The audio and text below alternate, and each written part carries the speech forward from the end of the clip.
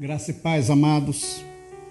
Vamos mais uma vez estar diante do Senhor e da sua palavra para esse momento de edificação. E eu convido você para a leitura da palavra de Deus no profeta Ezequiel, capítulo 14, versos 6 e 11, que assim nos diz: Portanto, dizei à casa de Israel, assim diz o Senhor Deus: convertei-vos e deixai os vossos ídolos, e desviai os vossos rostos de todas as vossas abominações, para que a casa de Israel não se desvie de mim, nem mais se contamine com todas as suas transgressões, mas que sejam eles o meu povo, e eu seja o seu Deus, diz o Senhor Deus. Convertei-vos, o desejo de Deus. Assim como todos nós temos os nossos desejos, Deus também tem o seu. E é interessante que, por toda a extensão da palavra de Deus, fica claro a manifestação desse desejo do Senhor. Desde o Éden, quando o homem caiu, Deus ali mesmo prometeu que levantaria da semente da mulher aquele que esmagaria a cabeça da serpente, que é Satanás. A serpente é o símbolo de Satanás, providenciando assim a salvação deste homem. Nós vemos essa manifestação também na salvação de Noé e de sua família, quando toda a humanidade daquela época se perdeu. Deus, então, renovou a sua criação através da família de Noé. Nós vemos a continuação desse desejo na vida de Abraão, quando Deus fez com que ele saísse da sua terra, da sua parentela, para se tornar uma grande nação, uma nação de fé e que adorasse a Deus. Gênesis 12:1 diz o Senhor a Abraão: sai da tua terra, da tua parentela, para uma terra que eu hei de te mostrar. E confirmou-se esse desejo na pessoa de nosso Senhor e Salvador Jesus Cristo. Jesus Cristo assumiu essa condição de Salvador, quando em Lucas capítulo 19, verso 10, ele diz: porque o Filho do Homem veio buscar e salvar o que se havia perdido.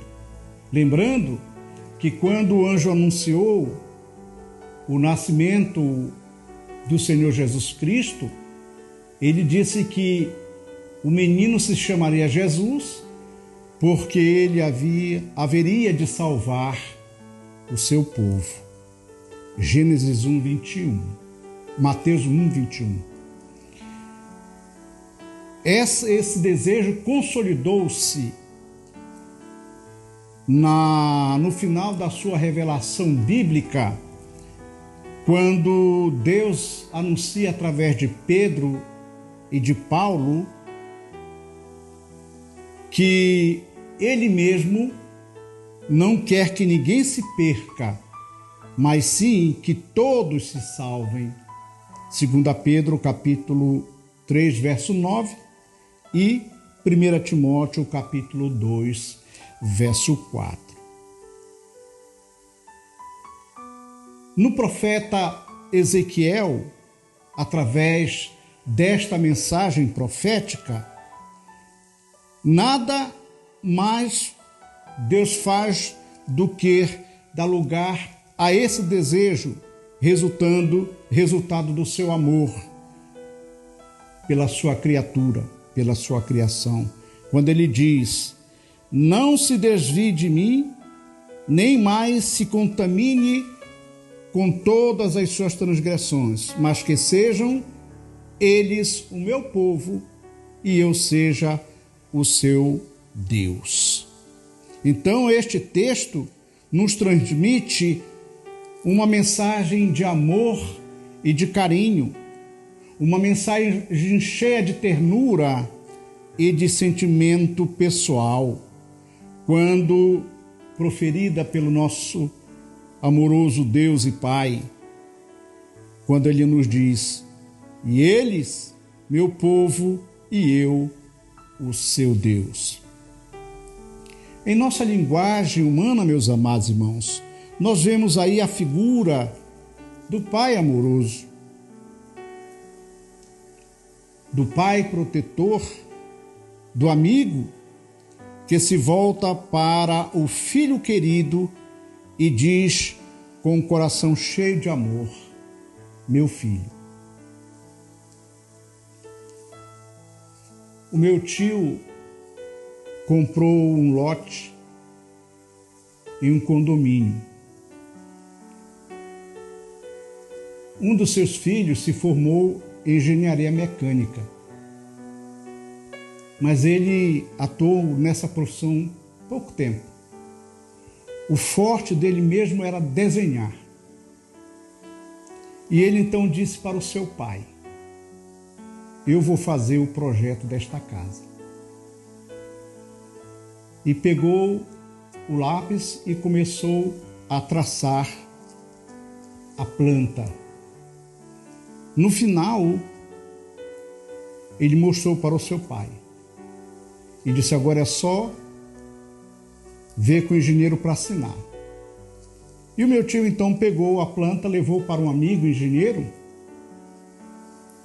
para que ele assinasse. O engenheiro examinou a planta e perguntou para o meu tio: quem foi esse que fez essa planta? Aí o meu tio perguntou para ele: por quê? Tem alguma coisa errada? O engenheiro disse: esse cara é fera. Muito boa essa planta. E o meu tio, todo orgulhoso, satisfeito, disse: foi meu filho. Então é como se o Senhor Deus tivesse fazendo isso comigo e com você. Ele olha e diz: você é meu filho, você é meu povo.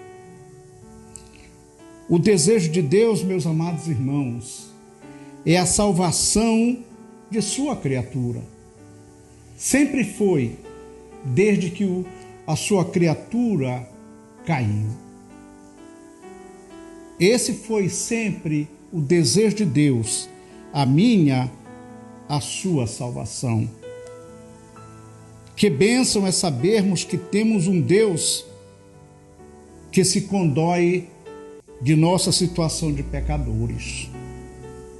Ele diz no verso 11, a parte A: não quero que a minha casa se desvie de mim mais.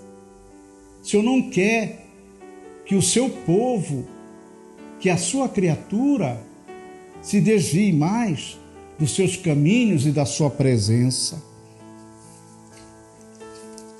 Que bênção é sabermos que temos um Deus que se constrange com os nossos pecados. Diz ele no verso 11, a parte B: não quero que a minha casa se contamine com as transgressões do mundo. E nós vemos o apóstolo Paulo em Efésios capítulo 4, verso 30, dizendo: e não entristeçais o Espírito Santo de Deus com os nossos pecados. Os nossos pecados entristecem o coração de Deus. Ele fica constrangido quando nós pecamos e assim nos desviamos do propósito da vontade dele. Que bênção é sabermos que para que isto se fizesse, ele deu o seu Filho para pagar o preço dos nossos pecados, o preço da nossa salvação. E nós, resgatados assim da morte, podemos ainda ouvir dele: vocês são o meu povo e eu o seu Deus. Diz o verso 11, a parte C. E eu pergunto a você: você já é povo de Deus?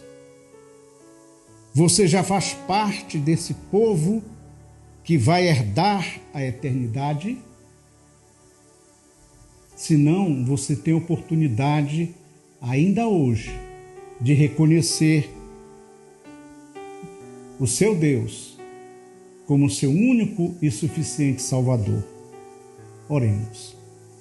Senhor Deus e Pai eterno, nós te louvamos, Senhor, porque o teu propósito, desde que o homem caiu, foi providenciar um meio para a nossa salvação. E o Senhor culminou este propósito na morte e ressurreição do nosso Senhor e Salvador Jesus Cristo. E eu te louvo porque muitos hoje te conhecem através da fé em Cristo Jesus. E oramos por aqueles que ainda não fazem parte do teu povo, que eles possam fazer ainda hoje, entregando as suas vidas ao Senhor. Em nome de Jesus. Amém. Que Deus abençoe a você e até o nosso próximo encontro. Amém.